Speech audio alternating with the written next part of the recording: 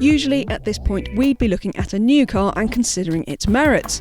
But while the Hyundai Kona is a new car, it's also kind of for new cars, because you can get this family crossover as a pure electric car, a self-charging hybrid, an efficient little 1 litre petrol and a sporty turbocharged 1.6 petrol. So the question isn't just, is the Kona any good? Really, the more pertinent question is, which Kona is best for any specific lifestyle? So we're going to find that out. We've got all 4 of them together and we're going to go out and I'm going to have a quick drive in each one. But before that, let's have a quick look at the practicality. Equipment is good even on the basic advanced trim, with every Kona getting adaptive cruise control, keyless entry, reversing camera and a 12.3-inch colour touchscreen with Apple CarPlay and Android Auto, plus plenty of space and adjustability to get comfortable up front. You get the same amount of space in the back seats of the Kona regardless of which powertrain you go for, which is good news because there's plenty of space here for 2 tall adults.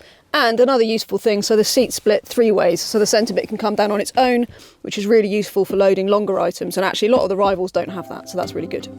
Every Kona gets the same 466 litre boot with underfloor storage, which is a decent size for the class and will be more than fine for most families. The electric car also gets a shallow cubby under the bonnet for storing a cable. So, in short, the Kona is one of the more practical cars in the class, so that's got that kind of sewn up. In terms of interior quality, not bad. I think some of these switches feel a bit plasticky, and the plastic's down here. I think actually Volkswagen and even Skoda, some of the interior is a bit better. But if you're just after an affordable, practical, quite high-tech car, this little 1 litre Kona, really nice. Little 3-cylinder turbocharged petrol engine, 118 brake, 0 to 62 in 11.8 seconds. It's not fast, but do you know what? 6-speed manual, it's got a nice sort of snickety gear shift. I really rather like it. You can get a 7-speed auto if you want. It's just an easy driving. Maybe the ride's a little bit busy, but it's not too bad. Everything about it feels light, quite nimble. It's quite a fun, useful, affordable family car. I think it just ticks all of those boxes really nicely. I really rather like it. Ultimately, given that you can get this from under £26,000 or usefully under £300 per month without a huge upfront payment, even the N-Line version that most will go for is a really sweet, practical and affordable family car. I reckon that you'll see over 40 mpg in real world use too. Ta-da! Just like that, we're in another Kona, and this is the hybrid. So you're talking about a self-charging hybrid, little electric motor and a battery, of course, harvesting energy from your braking and forward motion. So you cannot plug this car in, but you do get electric running at really slow speeds around town, half a mile each time at most. It's just an efficiency boosting thing, and why not? In the meantime, a 1.6 litre petrol engine, and it's quite coarse and noisy. That's the thing I think annoys me most about this car, is just that it's really quite, quite unrefined, and not just when you're accelerating hard as well. Just around town generally, and it's kind of a background gritty, grumbly engine.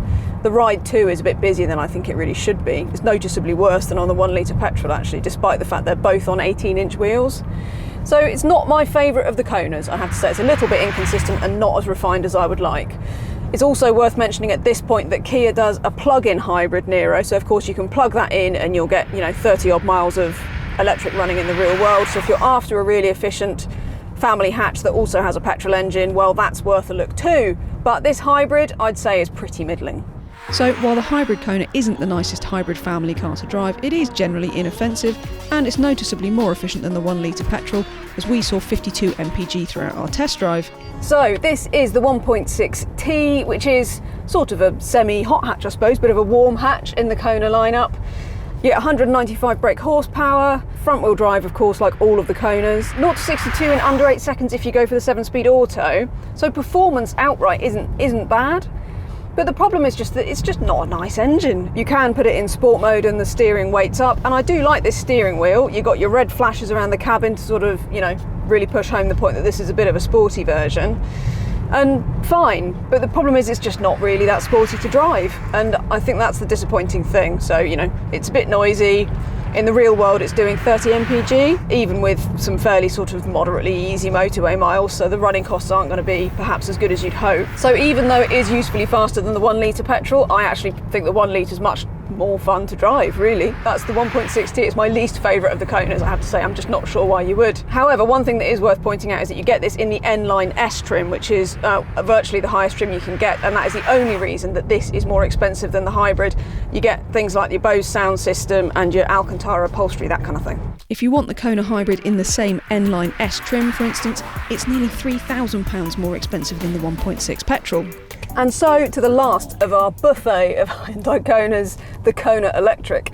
Now you can get 2 different battery sizes in the Kona, put the details for those up on the screen now. We're in the big battery, complete with top spec Ultimate. It's got the Lux pack and everything, so this is an expensive car. You're looking at nearly £45,000 for this exact test car. It's on 19-inch wheels. I'd go for the 17s because the ride it's a bit heavy. You can feel it sort of thumping about into undulations.